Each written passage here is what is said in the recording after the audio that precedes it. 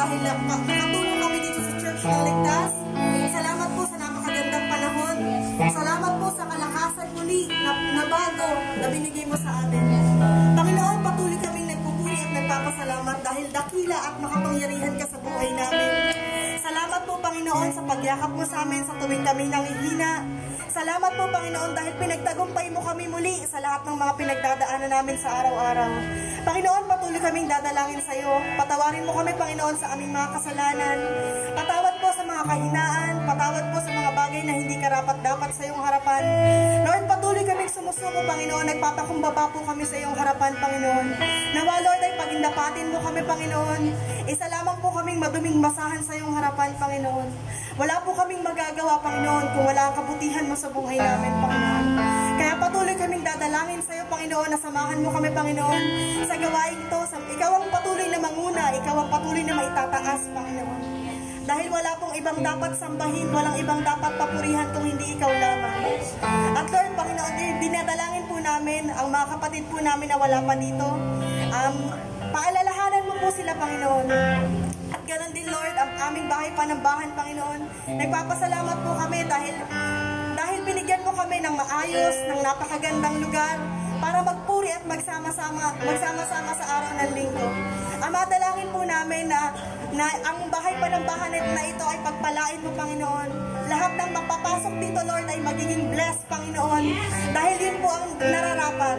At inaalis po namin, Panginoon, sinasaway namin ang mga bagay na makakahadlang upang magbigay kami ng papurit pasasalamat sa iyo.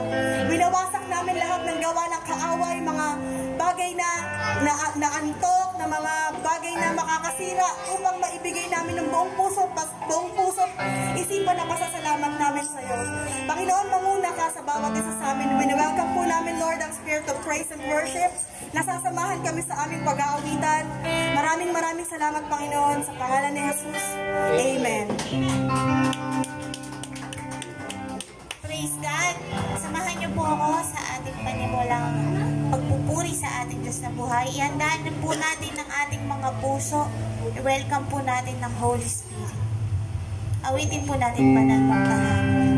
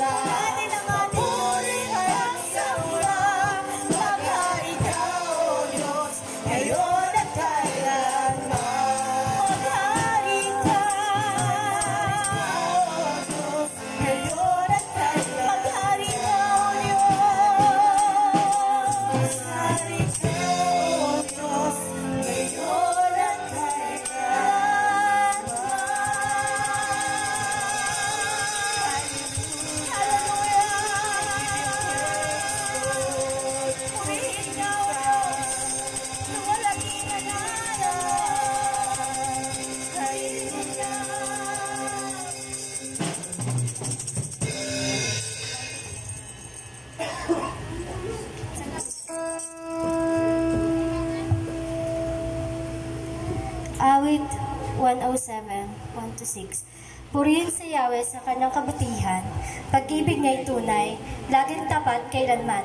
Lahat niligtas, tinubos ni Yahweh, mayaang pagpuri, mga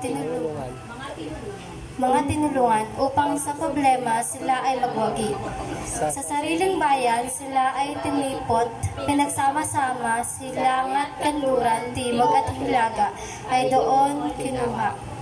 Mayroong lumagak sa ilang dako at doon nanahan sapagkat sa lungsod ay wala ng lugar silang matitirhan. Wala nang makain, kaya't sila ay nagutom. Nauhaw na lubha, ang katawan nila ay naging napaypay. Labis na ng hina, nang sila ay magipit kay Yahweh, sila ay tumawag at dinining naman sa gipit. Nalagay sila iniligtas. Puri na pagkabasa ng salita. Amen! Praise God! Tunay nga po, napakabuti ng Diyos dahil muli tayong tinipon sa kanyang bahay panambahan. Kaya naman ibigay po natin ating buong lakas, ating buong puso sa pagpupuri sa Kanya. Tayo po'y pumalakpak ng malakas, tumalon, umindak, sumayaw. Awitin po natin. Salamat, salamat. Amen! Praise God! Purihin ka, Panginoon! Hallelujah!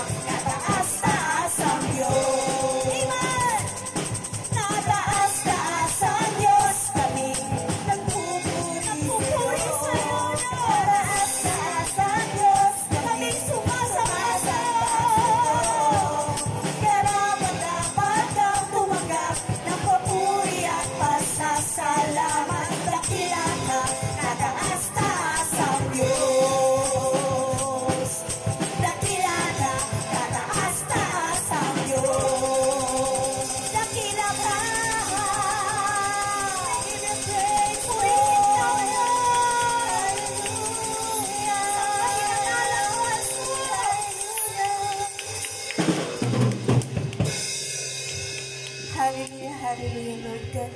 Salamat, Panginoon. Tunay nga po, napakasaya na ikay papurihan, Lord God.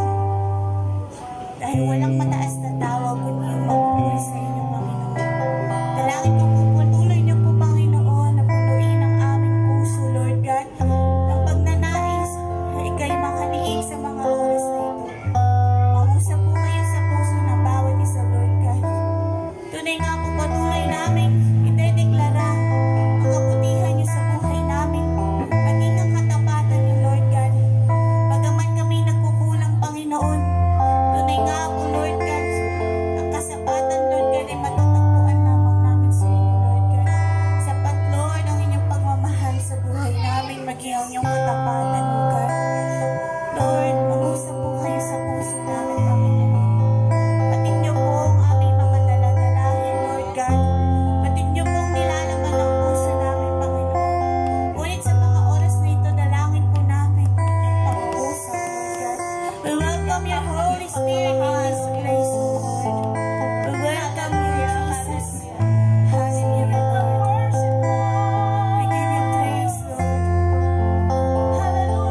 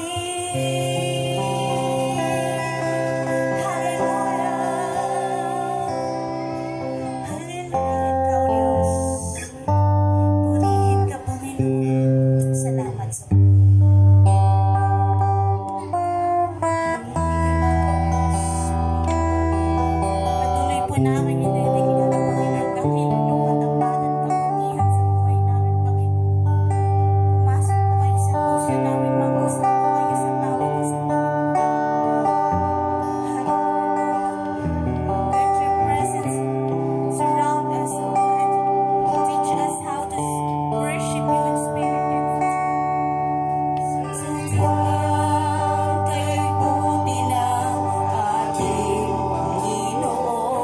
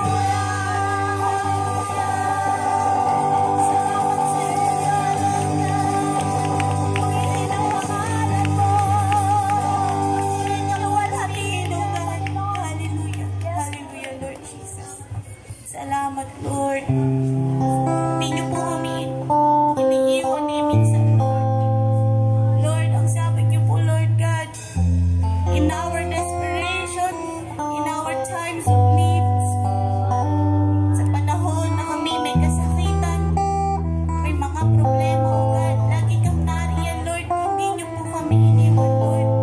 Hindi man namin naramdaman ang iyong presensya, Lord God, pero ang sabi niyo, at sabi niyo sa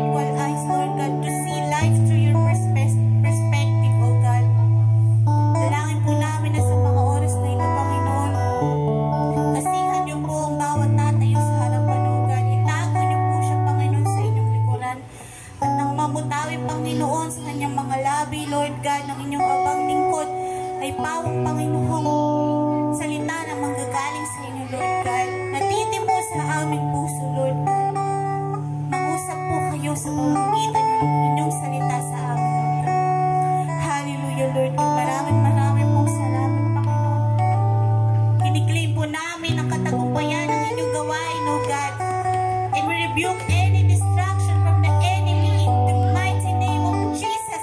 We do not allow this in this place in Jesus' name. Hallelujah, Lord God. Thank you, O Lord. Sa inyo po mataas na papurit, pagsambat, parangal. Ang lahat ng pinagpala ng Diyos ay magsabi ng Amen! Praise God! Awitin po natin, ang buhay ng Kristiyano ay masayang tunay na habang kinakamayan ng bawat isa.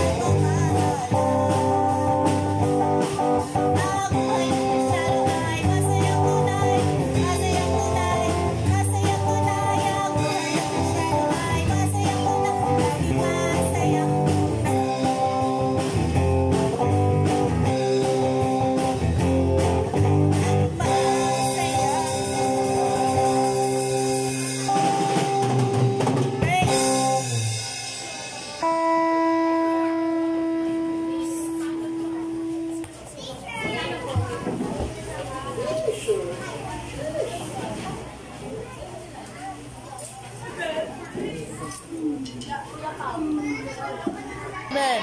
Mga bata, amen ba? Amen. Palakpakan natin ang Panginoon.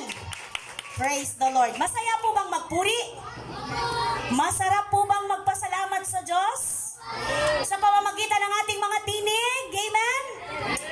Alam niyo po, ito yung pinakamasarap na part sa ating buhay Kristiyano. Mga anak, ba't hindi ito gumagana?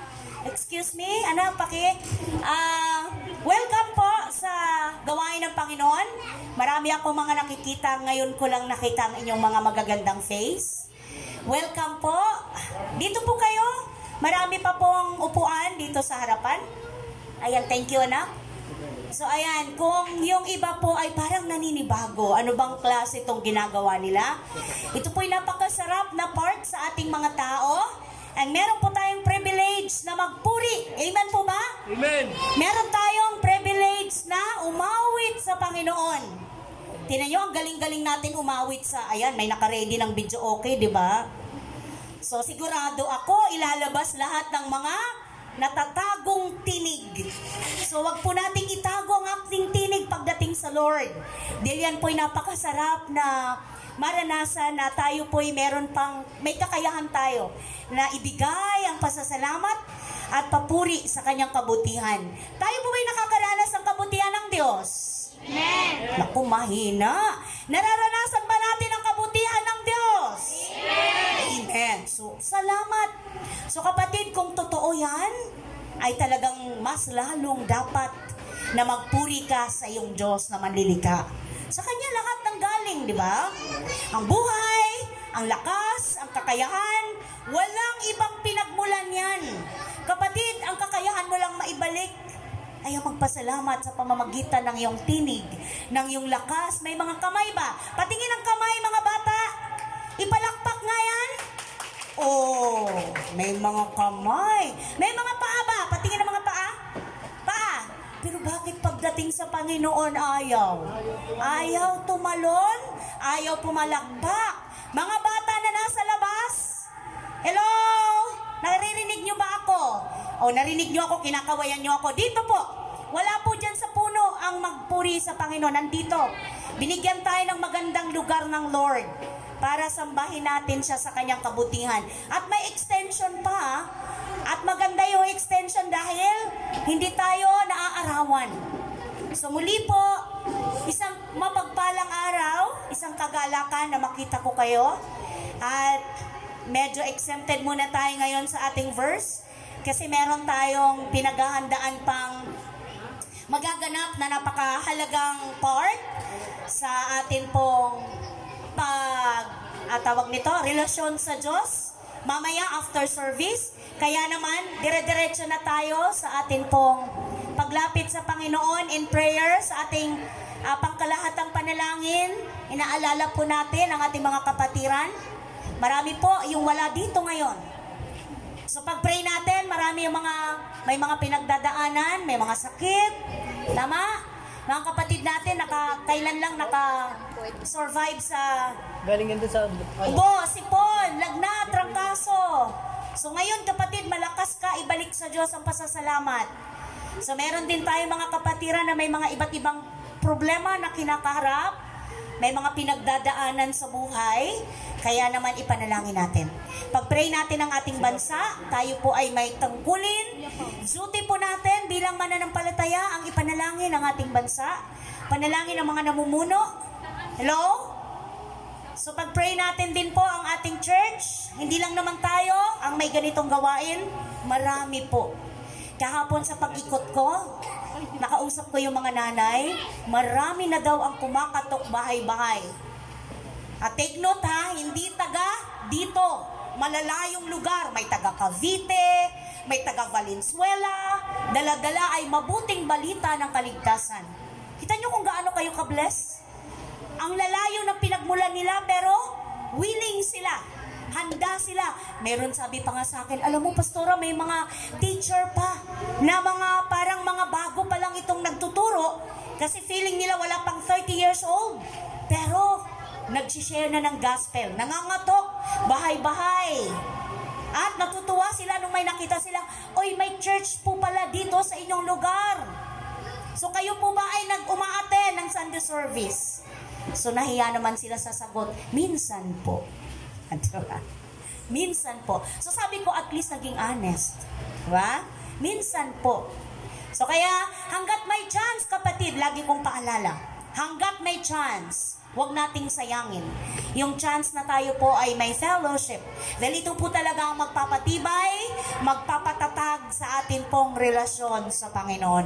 Tigit sa lahat, ito po ang magpapatibay sa iyo para malabanan mo ang lahat ng hamon sa buhay. Yung lumalalim ka sa Word, yung lumalalim ka sa pagkakilala at pagkaunawa sa plano ng Diyos sa buhay mo. Sige po, dadako tayo sa pangkalahatang panalangin. So medyo mag-jump muna tayo. Meron tayong i-miss out muna ngayon. Next Sunday na lang. Kaya inaasahan ko sa biyaya ng Diyos na kayang-kaya nyo na next week yung ating verse. So ngayon dadako na tayo sa panalangin, pangkalahatan. Panalangin kung saan inaalala natin ang lahat. So anong paalala natin pag during prayer time na? Tahimik na po. Tahimik na po. Wala na pong magkukwentuhan, wala na pong mag-uusap. Ang bida ay yung magli-lead ng prayer. Pwede ba yon? Amen. Okay. So tawagin ko na po ang lingkod ng Panginoon, Brother Pao. Pangunahan mo kami sa pananalangin sa lahat.